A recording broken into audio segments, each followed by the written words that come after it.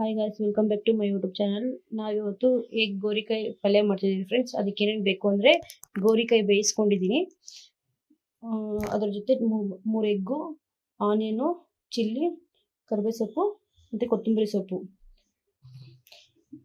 ಬನ್ನಿ ಫ್ರೆಂಡ್ಸ್, ಮಾಡೋದು ಹೇಗೆ ಅಂತ. ಗಾಯ್ಸ್, ಇವಾಗ ಗ್ಯಾಸ್ ಅಂಟಿಸ್ಕೊಳ್ಳೋಣ.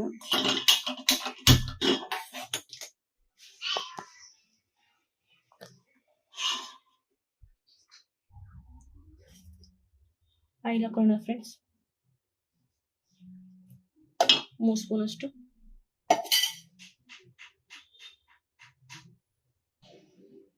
ಫ್ರೆಂಡ್ಸ್, ಎಣ್ಣೆ ಕಾಯಿಲಿ. ಇದ್ರ ಜೊತೆ ಕಡಲೆಬೇಳೆ ಹಾಕೋಣ, ಉದ್ದಿನಬೇಳೆ ಸ್ವಲ್ಪ ಹಾಕೊಳ್ತೀವಿ, ಸ್ವಲ್ಪ ಜೀರಿಗೆ ಹಾಕೋತೀವಿ, ಮತ್ತೆ ಸ್ವಲ್ಪ ಸಾಸಿವೆ ಹಾಕೋತೀವಿ.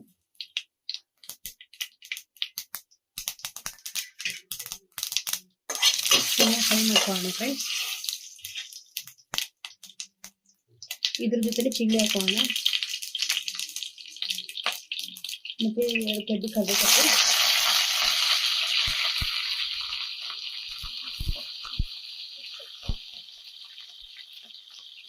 ಮತ್ತೆ ಆನಿಯನ್ ಹಾಕೋಣ ಅದ್ರ ಜೊತೆ.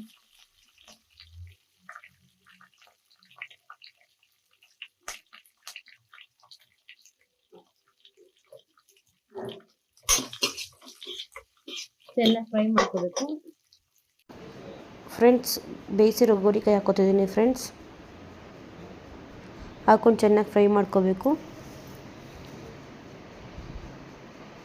ಆಮೇಲೆ 4 ಮೊಟ್ಟೆ ಹಾಕ್ಕೊಂಡಿದ್ದೀನಿ ಫ್ರೆಂಡ್ಸ್. 3 ತೋರಿಸ್ದೆ, ಆಮೇಲೆ ಸಾಲಲ್ಲ ಅಂದ್ಬಿಟ್ಟು ಇನ್ನೊಂದು ಎಕ್ಸ್ಟ್ರಾ ಹಾಕ್ಕೊಂಡಿದ್ದೀನಿ ಫ್ರೆಂಡ್ಸ್. ಚೆನ್ನಾಗಿ ಹಾಕಿ ಫ್ರೈ ಮಾಡ್ಕೋಬೇಕು ಫ್ರೆಂಡ್ಸ್. ಕೊತ್ತಂಬರಿ ಸೊಪ್ಪು ಸ್ವಲ್ಪ ಹಾಕ್ಕೊಂಡಿದ್ದೀನಿ ಫ್ರೆಂಡ್ಸ್. ಚೆನ್ನಾಗಿ ಫ್ರೈ ಮಾಡ್ಕೋಬೇಕು ಫ್ರೆಂಡ್ಸ್.